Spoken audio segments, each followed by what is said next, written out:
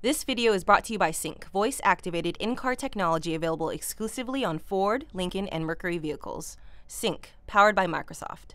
I'm Matt McLaren from Microsoft Research, and I'm going to show you Kodu, which is our new game creation tool coming out of Microsoft Research, and it's going to ship on the Xbox Live Community Games channel in the spring. So I'm going to give you a little gentle introduction to the art of programming in Kodu. So I'm going to open up what we call a starter world here. And Kodu is going to ship with about 20 sample games, so you can just get in and start playing if you're not ready to start programming. And then also these sample worlds, which are worlds that we try to make look pretty cool, but don't have any characters or any action in them yet. So this little donut that you see here is my cursor moving around the world. You can go underwater and check that out. I can spin around the cursor, I can zoom in and out, and what have you. I start with a simple blocky world just because it's easy to see what's going on. When you go into edit mode, it lights up so you can see everything really clearly.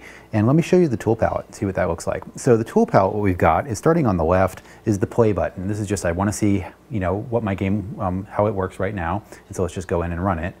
The second one is for objects, and this is really kind of the heart of Kodu. It's where you put characters into the world, and it's also the tool that you use to give those characters new behaviors using programming. And there's stuff for making hills, for adding freeform terrain of any shape or size you like, adding oceans and things like that. So let's get right into it. I'm just going to make sort of a little mini shoot 'em up so you can get a flavor for what we mean by programming in Kodu. So I think I'm going to start with, I'll put a flying saucer over here. So here's our character palette. There's a bunch of different characters, and they all vary based on their physical characteristics. Some of them can fly, some of them can walk, some of them can swim and go underwater, and some of them can't move at all. So I'm going to put in the flying saucer, which moves really quickly, and I'm going to drop it down to the ground, just so we can see the action here. And if I was to run the game now, he would just sit there, because I haven't given him any behaviors. And then I'm going to, so I'm just going to give him a simple user control behavior. So I'll open up the program editor, and what we see in the program editor is sort of this glass bar that defines a rule. And a rule is basically tells the character how to react to things that are happening in his world. And the rule is divided into two chunks, and the first chunk, which is labeled when, is the thing that he's going to react to. And the second chunk, which is called do, is what he's going to do when that thing occurs. So I'll give you a little sample program. So if I wanted to move towards an apple when he sees it, I click on the when clause, and these are all the types of things that he can react to. Things that he sees, things that he hears, things that he bumps, etc. And so let's go with C.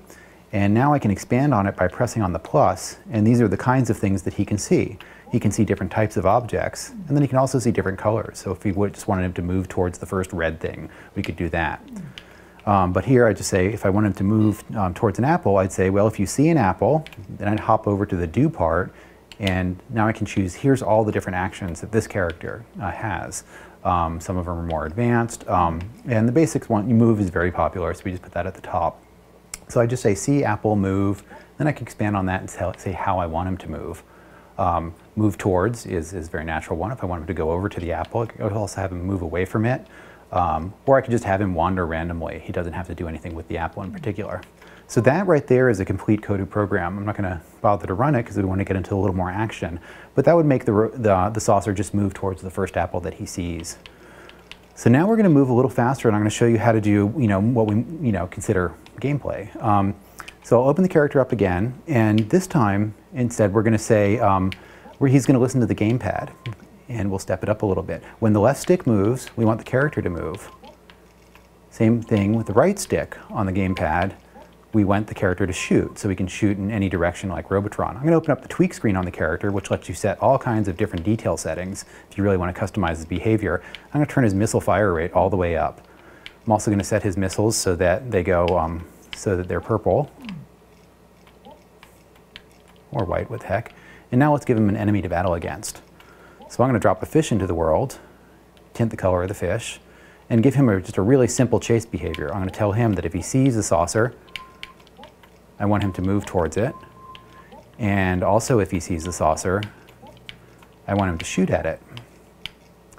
And then, of course, there are all kinds of variations in how you can shoot and what kind of damage you can do, but I'll just have him shoot red missiles and call it a day at that.